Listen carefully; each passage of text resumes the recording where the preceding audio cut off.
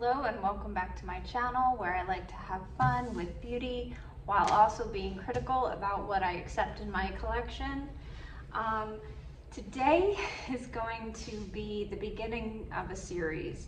I've already gone through all of my eyeshadow palettes, well, all of them as of a few months ago. I plan on updating that annually because I have so many eyeshadows, but you know, going forward, I do want to spotlight collections as I get them, but I do like to keep sort of a ranking of my, you know, best and worst purchases, so I can be more informed going forward. But regardless, I did start with my eyeshadows because, well, I just find eyeshadow to be the most fun part of makeup. And that's, you know, that's my first love. But I also do really like complexion, and as I've gotten older and have more skin issues, I feel like I can't just use anything. Like, I used to be able to really sort of get away with any old foundation at the drugstore. And, you know, I'm finding these days I just need to be a little bit more particular about what I use. So because of that, I've gone to great lengths to test a large number of complexion products to find out what works best on my very dry, maturing skin. And I figured I would go through my collection. I do need to declutter. I am a bit of a collector, so I have trouble just flat out throwing things away. I like to keep things for reference in the future, whether that is formula, shade, just to sort of jog my memory of my experience with that product. Because of that, I'm probably not going to literally be throwing some of these away, but what I plan on doing in my declutter is getting things out of my main collection, putting them into storage. I mean, some things I will throw away, but for the most part, this is a declutter aimed at taking things out of my primary makeup collection and putting them into storage, you know, just a place where I don't access regularly. I'm choosing to do this now because it's summertime, makeup releases are a little bit slow, and I've just sort of reached a critical point in my collection where I can't fit things anymore comfortably. So I've been needing to do this for a while. I've been putting it off because I'm not good at editing in general. I'm not good at throwing things away. I'm not quite sure how this is gonna go. If I'm going forward, I might just do overhead only, and I won't be doing an intro like this. Because it's the start of this series for complexion products, I felt it necessary to sort of come on camera and explain that. And I'm not 100% sure how I'm going to set up my overhead. I know for my eyeshadows, that actually came out pretty good. The camera was in a position where I could easily talk about things without it being a mess. Since then, I tried to do another overhead video that didn't come out as well. So, you know, just bear with me. This is very much a learning experience.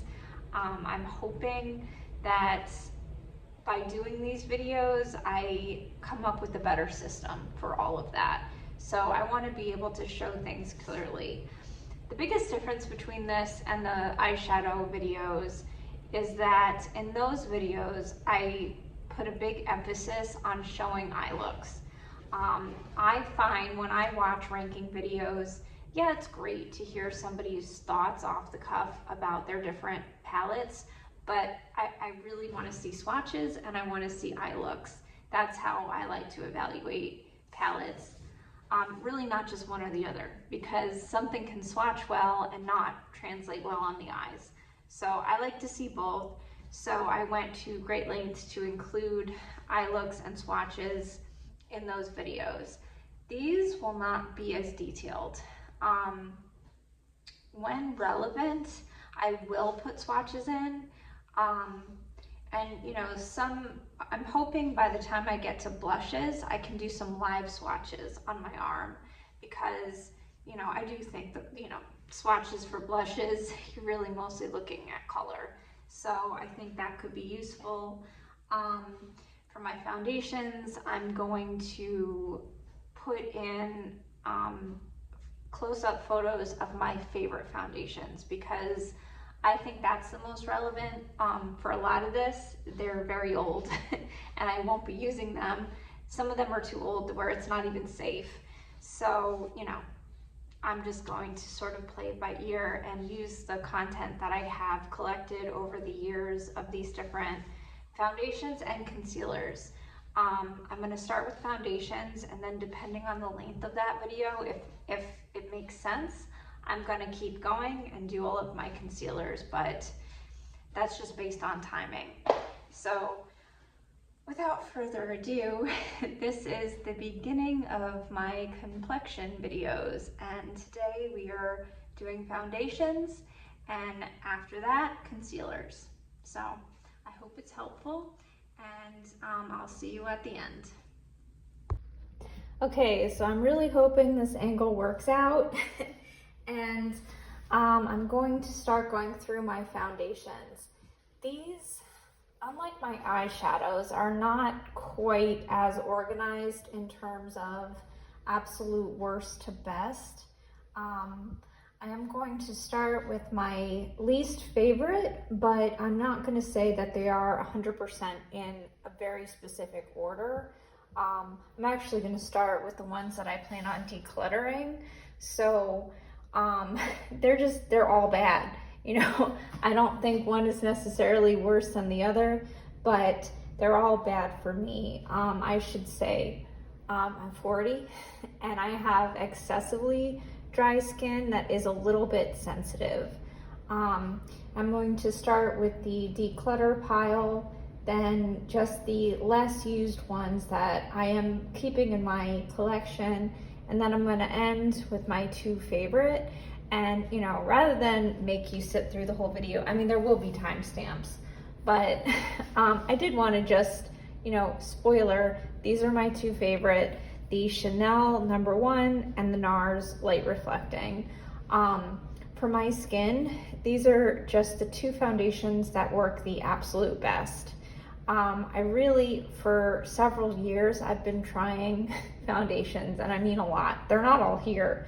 Some of them are not in my collection anymore, but I've tried a lot, and these two are the ones that I keep repurchasing.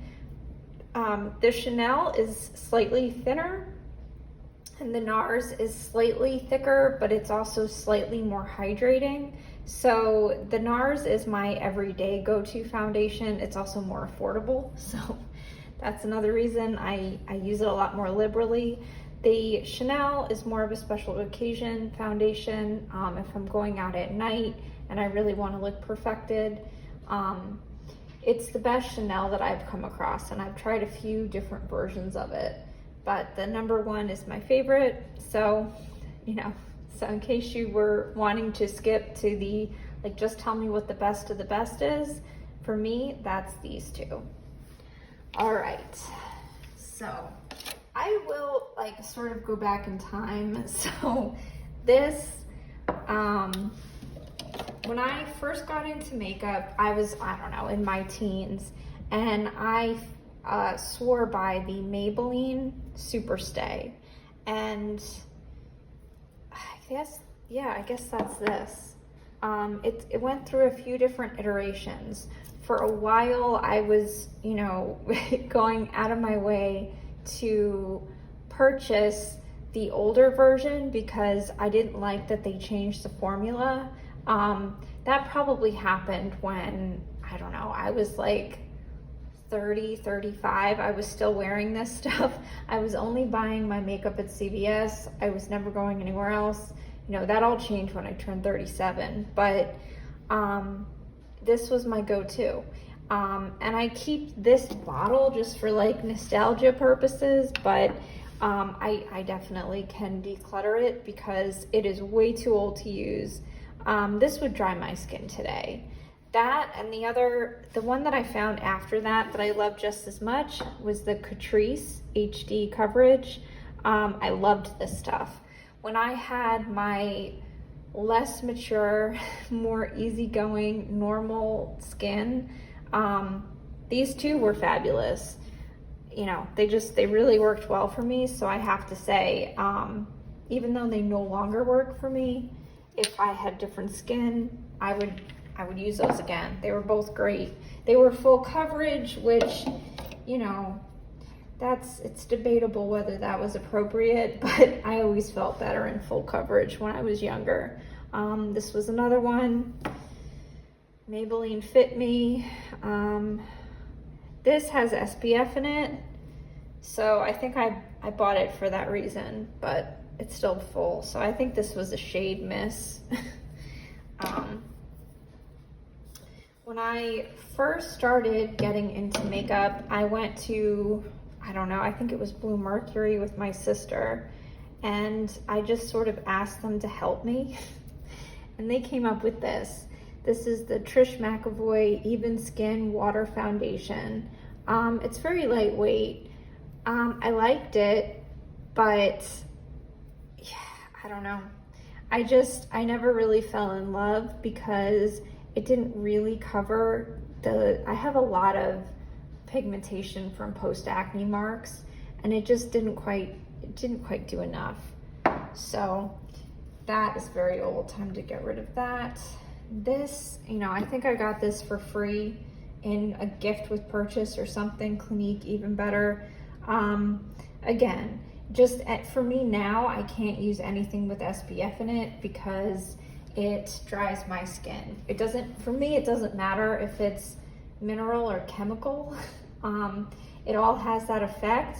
That's why I go out of the country for my sunscreen, because those filters just work so much better. American sunscreens really don't work for me. That's not to say that I never use any as like a sunscreen topper, but in a foundation, it's just a recipe for disaster for me, so I really do avoid those at all costs.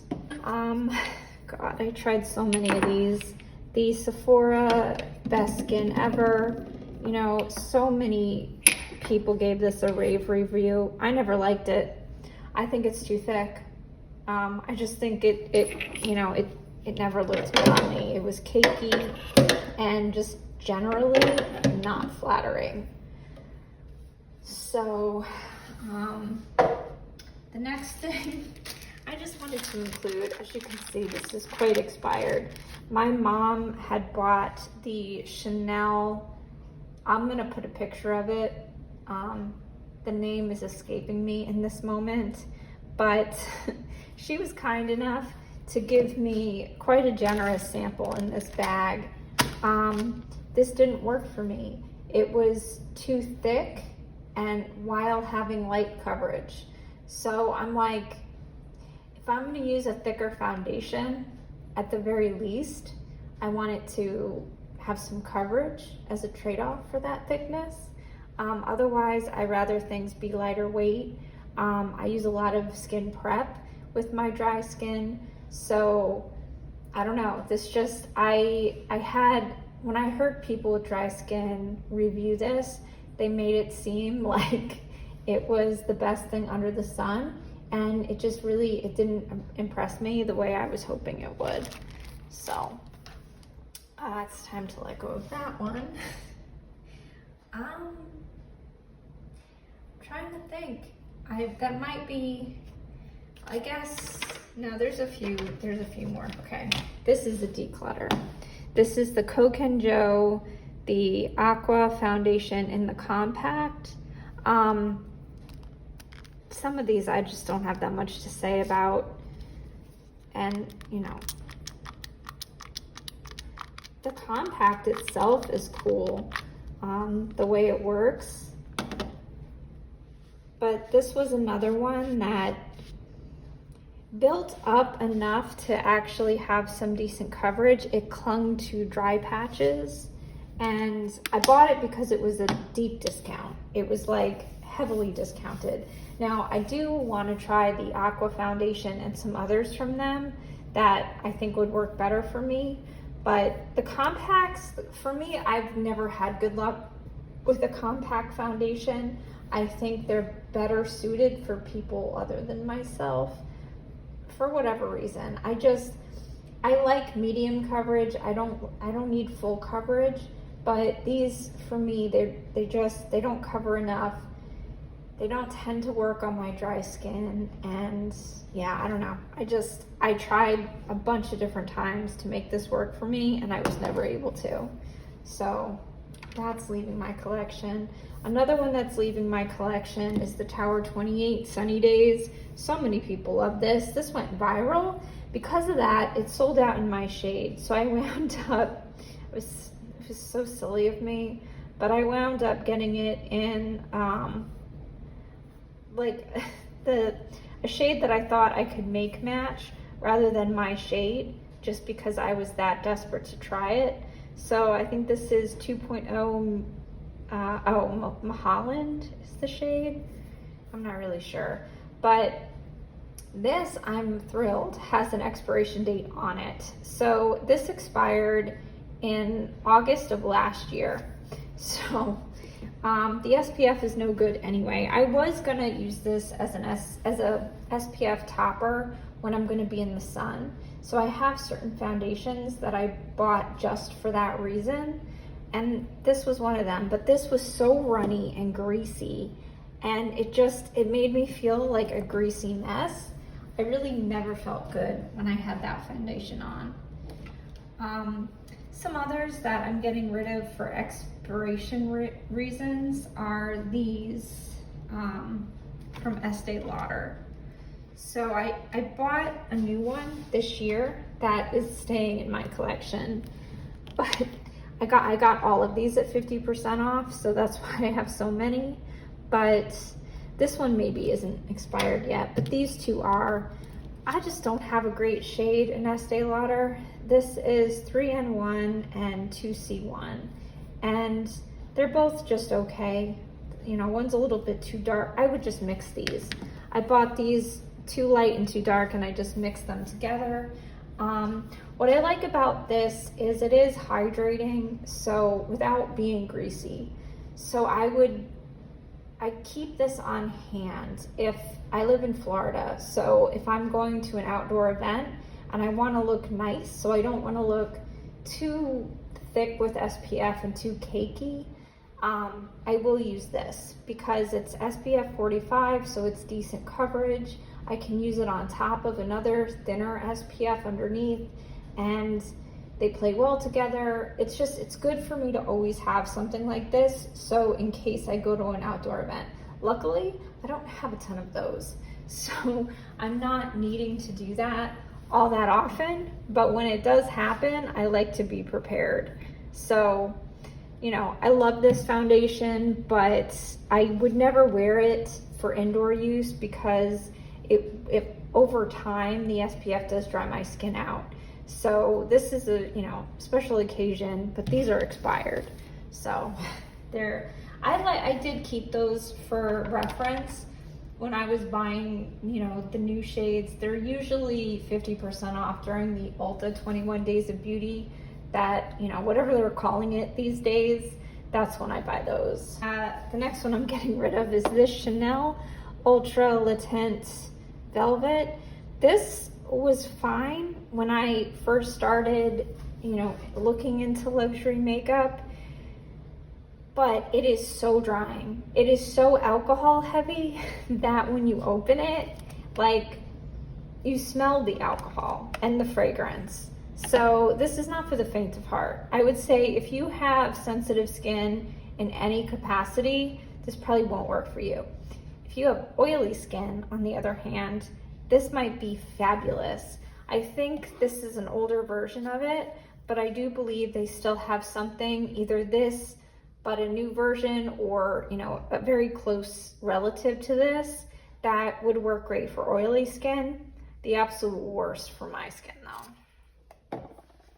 Another one that was a big fail for me was the Laura Mercier Real Flawless Foundation. This was a good size sample. There's still some left in here, so I was able to wear it, a decent amount of it, several times, and it was bad for my dry skin. I know that this went viral on TikTok. You know, I don't put too much stock in anything that goes viral on TikTok, unfortunately, but it did. And I was not impressed in the least. I think for normal combination oily skin, maybe you'd have better luck. For my dry skin, this was a huge fail. It clung to every dry patch. It didn't look good at all. I was so disappointed in that. Another fail was the Dior Backstage Foundation. This was in 2N. This was a good shade match for me, but it also clung to dry patches, not nearly as bad as the Laura Mercier, but yeah, unfortunately, so many people love this, and it might be the reformulation that made me not like it. It might have been better in the past, I'm not sure, but yeah, it didn't work. By the end of the day, it was highlighting all of my dryness and texture. All right, so now we're getting into the good stuff. I would say from this point forward, these are all foundations that I like. Well, okay, I missed. This one is just too old for me to use anymore, but the Bobbi Brown stick foundation. Stick foundations don't normally work for me. I don't know if you can see, but it's getting kind of discolored because it's so old. But I have this in N42 beige, and I love this. I got the Tom Ford, the famous traceless matte Tom Ford, and you know, I just bought this, so this is staying in my collection. This has been discontinued. I'm sure they'll replace it, but this is brand new. I did a face half and half. I will find the photos for that and I will insert them because that could be useful information. If you are a big fan of this, you might really want to try the Bobbi Brown. I really liked the Bobbi Brown. The reason I didn't keep using it was the shade. The shade was just not perfect, and the more tretinoin and other things I use in my skincare, the drier my skin is. Stick foundations typically, for me, start off hydrating and then get drying as the day goes on. So that was my experience with both of these. They look really perfecting at first and just don't wear the best. The foundation that actually comes to mind as being similar in that respect was the Good Apple. This is not my shade. This is medium 39. So this was another, it went viral. They were out of my shade, so I bought the closest match. As you can see, I actually used a lot of this despite it not being a good match. But this looks immaculate when I first put it on. If I'm going to take pictures, this is full coverage. I will actually use this, take the picture, and then wash it off because it just doesn't age well on my skin. All three of these look great at first, but not over time. So none of them are fails, but if you have extremely temperamental skin like me, that could be useful information. I'm not sure, but those are all old except for the Tom Ford. So that's why those are being decluttered. The rest are all staying in my collection because they're relatively new. So, well, first up, I'll get these out of the way. These are staying in my collection, but, you know, like I said, for the very specific use case. Then I think I'll put the Danessa Myricks Yummy Skin. I love the idea of this. It is so hydrating, but it's almost too glowy. Like, I hate to say that because I am, you know, I'll use face oil as a primer. I really like glowy skin. I go to great lengths to have glowy skin, but you know, and I might need more practice with this. I'll use this on a no makeup day. I'm not a skin tint person, so there is that. It has more coverage than the average skin tint, but you know, there's something about it where it almost like highlights everything. It makes everything so shiny that I have to use powder, and the combination doesn't always look the best. So like yesterday I used this, and then I used my Salt New York foundation, and I found I had a little bit, because the Salt New York is similar in terms of very light coverage, but it's a little bit more matte, and it handles powder just a hair better, in my opinion. This was a little bit sticky, so the powder didn't blend on top of it, whereas it did do that better with this. So between these two skin tint level coverages, I like the Salt New York better. I forgot to mention this earlier. This is staying in my collection as a powder alternative. This is the Yummy Skin. I have it in shade 3. You know, this is for oily skin. This is not for my dry skin. But what I have been able to use it is, instead of powder, tapping on the lightest bit I can use it very strategically in certain areas to dull the shine just in those areas. It doesn't work with every foundation, but I have gotten it to work that way. That's why I'm keeping it in my collection. Unfortunately, I find powders easier to work with, so I don't use it often, but I have been able to use it that way. So in my current top shelf foundation drawer, which is literally my top shelf, 3 of these are staying, but these are my least favorite in that selection of products. The one that I'm not a big fan of is the Makeup Forever HD Skin. This is just not the best for dry skin. You know, I'm almost done with it, so I'll use it until it's gone, but I would not buy this again because they have this one now, the Makeup Forever HD Skin Hydra Glow. This is fabulous. A lot of people say this is a dupe for the NARS Light Reflecting Foundation. It is about the same price, so it's not a dupe in terms of being cheaper. I don't like it as much, but I do like it. It is probably my 3rd favorite foundation right now because it is similar to the NARS Light Reflecting. I guess after that would be my Pat McGrath.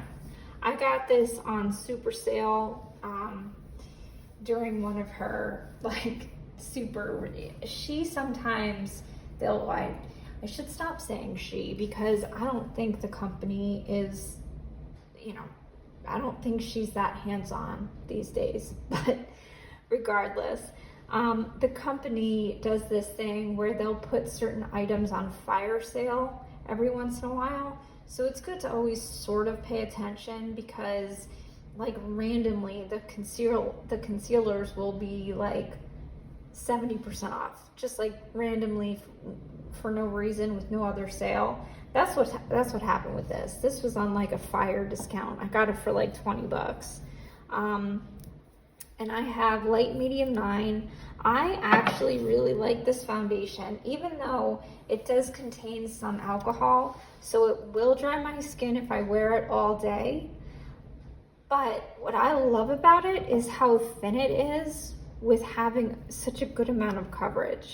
Like, you can sort of see here, it is like watery thin, but it just lays so nicely, and it has such a good amount of coverage for such a light feel. Yeah, I really love this foundation. So I don't use it often, but I'm happy to have it. It's also just good for reference. Like, I like being able to reference it in comparison to other things because it is so unique. I really don't have any other foundation in my whole collection that's anything like that one. Next, well, this should have gone into this is going to be decluttered, but I forgot because it rolled away. But the Gucci, I got a sample of the Gucci foundation. This is not for dry skin. That's as simple as it is. The colors are bizarre. It's definitely a bizarre shade range. Like, this looks green on me, but it's just, it's not for dry skin. So that's, you know, that's not its fault. It's just not for my skin type. Then I have the Surrat Dewdrop foundation. You know, Michelle Wong made this popular. She calls it a filter for your face. I don't have that experience with this. I don't love this foundation. I like this foundation and I like how I look when I use it. I do think it is slightly blurring. I don't feel like it is a filter though. I don't have that strong of an affinity for it. I think I have powders that are more blurring than this, but it's fine. One of my issues is the shade. I have it in shade 4. It's just, I don't know, slightly yellow for me. And because of that, I don't reach for it. It's light medium coverage, so I guess maybe it's a hair too light for my particular taste, but I don't know. It's like hard to put my finger on why. It's just really not a home run for me, but it's just not. I like my other foundations better. Then I guess, I'll get this out of the way. The MAC Studio Radiance. I got this for like 50% off. I think during one of the Ulta sales. I know that you have to use this in a specific way. When you squeeze it out, you have to activate it by like rubbing it together in your fingers. For me, it's really the shade. I have it in C1, maybe? I don't even see a shade anywhere on here, but I don't like the shade, and because of that, like, it's way too light coverage, and I feel like it wasn't the best for my extra dry skin, you know, so I won't purchase that again. Then I have my Dior Air Flash. I bought this deep shade when it was being discontinued, and you know, my shade is definitely 2N, but I got 3N because that was, you know, it was still available basically. And if I mix these, they're fine. You know, this looks really dark in the can, but when I don't know how to explain it really, but when I mix it, it worked okay. It didn't seem that dark on my skin. I really liked these. I didn't fall head over heels, and I wasn't devastated when they discontinued them, like so many people were. At this point, I'm saving these as a special occasion foundation. It's a very nice long-wearing foundation, but I'm not heartbroken, you know. I think the can is probably why they had to discontinue it and they haven't replaced it. I just have a feeling that it's not easy to ship, and you know, aerosols aren't the best for a lot of reasons. It did have very nice a very lightweight feel on the skin while having good coverage. So you get a good medium coverage with very light feeling on the skin, which is a great combination, like the Pat McGrath one. That's not that easy to find. So I did end up getting the Sephora version of it, because, you know, it's so cheap, why not try it? I did not like it as much as the Dior. I can't say that it's a perfect dupe, but I did like it. Like, I liked this foundation a lot. So much so that I'm gonna put it aside and I'm gonna wear it tomorrow to refresh my feelings on it. But, you know, I think if you love these, definitely it's worth, especially 30% off during the Sephora sale, like, absolutely. it's worth a try. I would, you know, taper your expectations. I wouldn't expect it to be as good as the Dior, but not bad at all. So that's all staying in my collection. Then I think the last one is the Haus Labs. This is finicky. So this works for me some days and not others. I don't know why. It's not like, my skin really doesn't change from day to day. It is dry and sensitive every day, 365. Like, it doesn't matter what my cycle is doing. My skin maybe has pimples on my chin, but aside from that, my skin is the same every single day. So why this, and I use the same skincare and primer. So why this works for me sometimes and not others is a mystery to me. But because of that, I can't rely on it. If I'm in a hurry, if I just want to look nice and run out the door, I'm not going to use this because I'm not going to know if it's going to work for me that day. I will say I'm not getting rid of it because when it does work, it's beautiful. But when it doesn't, it's pretty unflattering. So I'm just torn with this. I will say this is probably number 4 in my collection, but yeah, I guess I wish it wasn't finicky. You know,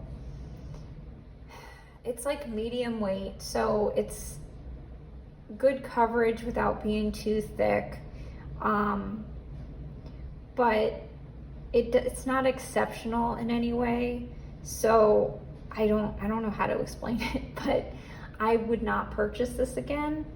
This is going to be, you know, this is my one and only bottle of this, and I went through like 10 different shades before finally settling on, I got it in 130 light warm.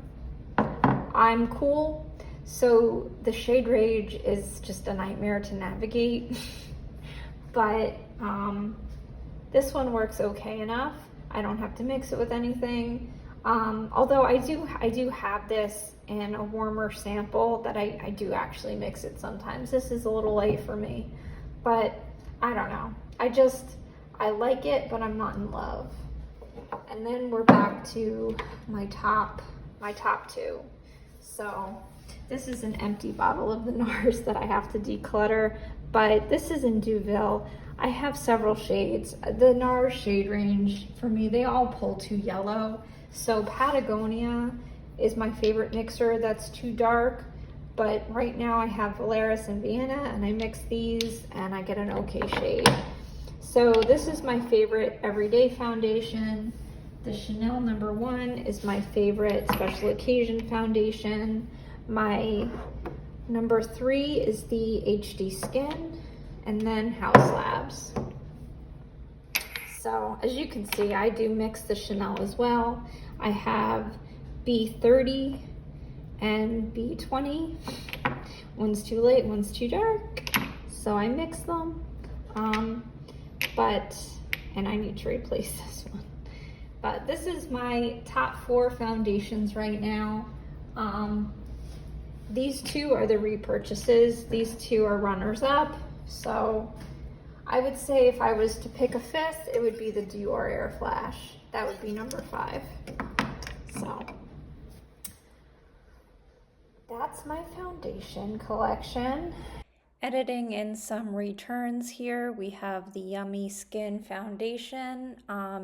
This just didn't really work for me. It was very thick and very pigmented, so I'm not sure that I really knew how to work with it to the best of its ability, so I did return that. I also returned the Luminous Silk, both the foundation and the concealer, just because the foundation was too drying and the concealer had mica in it, so it looked okay at first, but not over the day. And finally, the About Face foundation, I actually have a separate video on this. This was just a fail overall. It just didn't ever look that great on me. I think, you know, it's better for probably younger, less problematic skin with less to cover, but for me it was a fail. I think I did return other foundations, but these were three that I came across photos of, so I thought I might as well include them. Again, I'm going to spoil the video by starting with my two favorite. And that has been, Kosas has been my favorite for a number of years now. Recently, I added the Kulfi to that list because this one, you know, it's really the shades. So the Kosas is a little too light and a little too yellow. The Kulfi is a little too deep, but it is pinker, which is more my undertone. So that's really why I have both. I would say the Kulfi is a little bit thicker and a little bit more hydrating. The only downside to that is I don't like to highlight my under eyes in any way. Like making them shiny, I want them to be hydrated. Obviously, they can look dry very easily, but a product that has a shine in it is just not ideal because I feel like it shines light there, it brings more attention to the area. I prefer the finish of the Kosas because the Kosas is hydrating without having any of that shine. So that's the only drawback. That's the only reason the Kosas ekes out just a little bit higher on my list than the Kulfi. But like I said, the downside to the Kosas is the shade range. A lot of people feels like it pulls way too yellow. So that's great if you have a yellow undertone, but if you have a pinker undertone like me, you might have a harder time getting a shade match. So that's why these are my two. I mix these together and they are my favorite combination. All right, now to talk about the ones I'm going to declutter. Well, I can start with the empties. So I have two empty Kosas. I have it in 4.5N and 3W. This, I just got to see the shade. That's way too yellow. The 4.5N is a little bit too dark, but it is neutral. So I repurchased that. So I tried the Dior. I have this in shade 2N. This is okay, but it looks a little bit dry and creasy on me. So I think I'm gonna get this out of the way and move it out of my drawer. It's just taking up space. Then I have the Derma Blend. I have 15N. You know, I bought both of these based on Angie Hot and Flashy's recommendation because, you know, it's so crazy because she has a lot more mature skin than I do, but it's not as dry as mine. So she can use these and they work great for her. They don't work for me. This, you know, it's just not great on my extra dry skin. It's a okay enough concealer, but the same with the Huda. This is a good concealer if you really don't want to powder your under eye. It might be good in that respect because it doesn't need to be powdered, but it's too dry for me. It's not deeper than that. It's just too dry for me. The NARS, I keep this for blemish concealing. I really don't use this under my eyes because it would be too dry for that, but it does work well on blemishes. I have the pot concealer as well. That's actually in my eyeshadow, my eye tool drawer because I use the pot concealer for blemishes, but also as an eye base. So I have both. Then I have the Lancome Tint Idole, another Angie Hot and Flashy recommendation. This dries me out over time as well. That's the running theme with me. Then I have the Tower 28. I have this in EP. This is okay. It's not the worst. People love it because you don't need to set this either, and it is so thin while still having some good coverage. It didn't work on me because it sunk into my lines, you know, and I know that is not everybody's experience. I know some people who are my age use this and love it. It didn't do enough for me in terms of concealing, and it was thin, okay, but it traveled into lines. It just didn't sit great on me.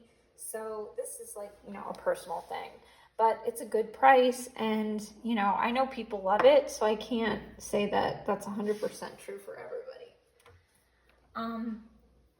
Staying in my collection, we have the Bobbi Brown corrector. You know, this is fine. If I have a concealer that the coverage is too light and I don't know, I want to use the concealer anyway, I can use this underneath and it bridges the gap because this has a decent amount of coverage in it. And yeah, this is actually a great concealer stick. I would buy more of these if, you know, I would buy this again, I guess, and I'm sure I bought this on sale, but I don't use correctors enough that I would go out of my way to purchase it not on sale. All right, these two should be decluttered. I'm holding on to them because I like the formula. I have the McGrath Labs concealer in L5 and LM9. I mixed these for my shade match. As you can see, they are separating because they are so old. So I do need to let these go. However, these always worked really well for me. I would say they're not quite as kind on my dry skin as the Kulfi and the Kosas, but I did really like these concealers. And I would buy that again if I found it on sale. And then I guess we have the Haus Labs. I just got this during the last Sephora sale. It's okay. It's very high coverage, so I'm keeping it in my collection because I always like to have access to a high coverage concealer. But because it is a little bit on the thick side, it can be creasy by the end of the day. You know, no concealer is 100% crease free. That's a myth that really doesn't exist. But certain concealers crease more than others. You know, that is definitely true. So I know at the end of the day, this does not look as good on me as the Kosas and the Kulfi. So, you know, this is good if I'm extra tired and I, you know, whatever, I just need more coverage, or if I'm spot concealing. So I'm happy to have it for that reason, but longevity isn't the best. And then finally, I have my Givenchy Prism Libre. These I have in N120 and N250. I don't use these as concealers. I was debating whether or not to put them in the concealer portion or the foundation portion, but I am keeping it in the concealer portion just for simplicity because that's what these are called. But I use these as foundation. I will use these as foundation and I will still use my Kosas and Kulfi as concealer. I don't know if that's silly. I mean, I could use the more brightening one. These for under the eyes just don't cover enough. I like just a hair more coverage, but all over the face, this is one of my favorite foundations. And these are big. These come with enough product that for a special occasion, like I wore these recently when I was going out to dinner. I could use it on top of minimal skincare, and I don't know, they're hydrating, they're perfecting. They make a great foundation. I tried the foundation in this line. The foundation did not work on me. This did. So because of that, I'm ranking them, but I will, with the caveat that these are not great for coverage. So to finish this off, we have the Kosas #1, Kulfi #2, and then really #3. I don't know. I feel like these are foundations, so they're just separate. #3 is probably my Haus Labs, and under that would be my McGrath if this wasn't expired.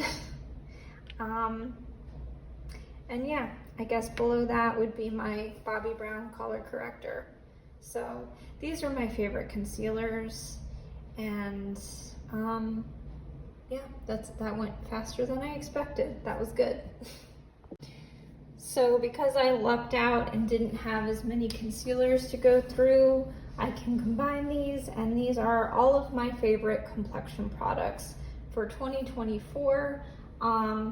These have all been tried and true for several years. None of these are new to my collection, so I feel like these have been very thoroughly vetted, and these are my top shelf for complexion 2024. So I'm hoping that went okay. Thank you so much for watching, and like I said, hopefully as I move through my collection, I get a little bit smoother at all of this. But now I have officially rearranged my drawer, so it's a lot more accessible, and hopefully I can keep the momentum and do at least 2 of these every week. I'm not sure if my next video will be blushes. I might do new makeup releases. It just sort of depends on how much time I have. But regardless, I hope everybody is having a beautiful week, and I will see you soon.